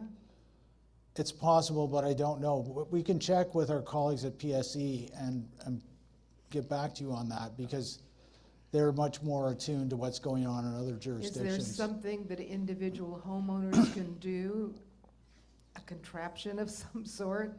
Again, I'm not a scientist, that can be put onto the pipe before it comes into the house? I mean, you know, here we're living with benzene in our kitchens with little children and babies, and it's just astonishing. As far as I know, I don't think there's anything that would be effective and economically viable. I mean, these are, So it has to be done at the source. yes. Well, I would really appreciate if you looked into what other states are doing and what regulations they have, if you can. Yeah, well, we'll check with PSE and with the Public Utilities Commission. I understand that the PUC, based on the findings from PSE, Dr. LaBelle's group, they are, requiring the gas company to conduct additional testing for benzene. They're consulting with people at the Office for Environmental Health Hazards Assessment, and they're in the process of procuring a contract for a risk assessment to be conducted. But I don't know the timing on that at this point. Thank you. I don't know if you can hear me. The other thing I'll just add too is that we also have done some other work on benzene from gas stoves, and we find that using your gas stove is actually another way to get benzene exposed in your house. So it's if you want to do something to mitigate your exposure to benzene, one of the things to do is anytime that if you have a gas stove, to just always use that hood anytime that you're cooking with it. If you don't have one, or if it recirculates into your kitchen, you can consider cooking with other types of appliances, like electric kettles for heating water, or crock pots, or they make little countertop induction burners to reduce the amount of time that you're using your gas stove in your house. Yeah, opening the windows will help as well to ventilate. And ultimately, if the source is the gas stove, and you're concerned about that, and you have the financial means to do so, you can replace the gas stove with an electric stove. I think there's one more comment in the chat. And I think we have one. I just wanted to point out that there's also, when you actually burn the gas, it releases a different set of toxins. So there's really gas is really not good. Even at its best, it's not good. Yeah, we have an ongoing intervention study funded by the California Energy Commission and led by colleagues up at UC Berkeley. And basically, we're looking at the impact of swapping out a gas stove for an electric stove, and we're tracking asthmatic children and their response, and we're measuring the air pollution. It's unequivocal that, at least for many of the health concerns so far in our results, we're seeing much lower levels of nitrogen dioxide and ultrafine particles. Is it only when the gas stove is on that it's emitted, or it's being emitted all the time? It's being emitted all the time. They all leak to varying degrees. So. When I stop cooking, I'd be okay. Okay. Dr. Bureau, there's just maybe if, I don't know, people, I know we're past 8, so I appreciate everybody, staying, but if you want to take a few more, we can just grab those and maybe finish up in just a minute or two. Okay. There's like this one and. Yeah, well, I'll read it out. Do you want me to read it out loud? Yeah, if you don't mind. Yeah, I can go back to I can read them for you. Just so everybody can know the question. Thank you for investigating the health status of our community. What do you think of the thought that even if the conclusion of all aspects of the study finds considerable health issues, like the significant low birth weight findings uncovered, that the CPUC will not include those findings in its decision of the future of Aliso Canyon? The CPUC has stated it will not consider health concerns in its review. How do the hardworking scientists working on this project, as well as the community, reconcile this situation?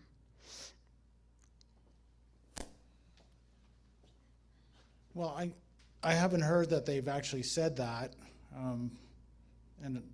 but certainly, public health concerns should be part of any ongoing decision-making process. So, if they're not going to consider that, I would consider that, something that is an error. They've said it clearly many times. They said that they won't consider health risks or safety risks like risks. It's in writing. That happened last December. Happens every time someone brings it up. Yeah, well, that I would say is another issue to speak to your representatives about. But certainly, having solid scientific evidence, that I think should give you a better position to advocate for measures that are going to help you protect your own health and the health of your community. And then just we'll take maybe one last one. What's the timing on the cancer study results? Well, we're still waiting for the additional data. I don't know, Dr. Liu, when we expect to get that. We already applied for we present to the SOC with a framework, and they recommended we need to include more years of data, so we increase the power. So we already submitted to the state request for the additional data, which is right now under review.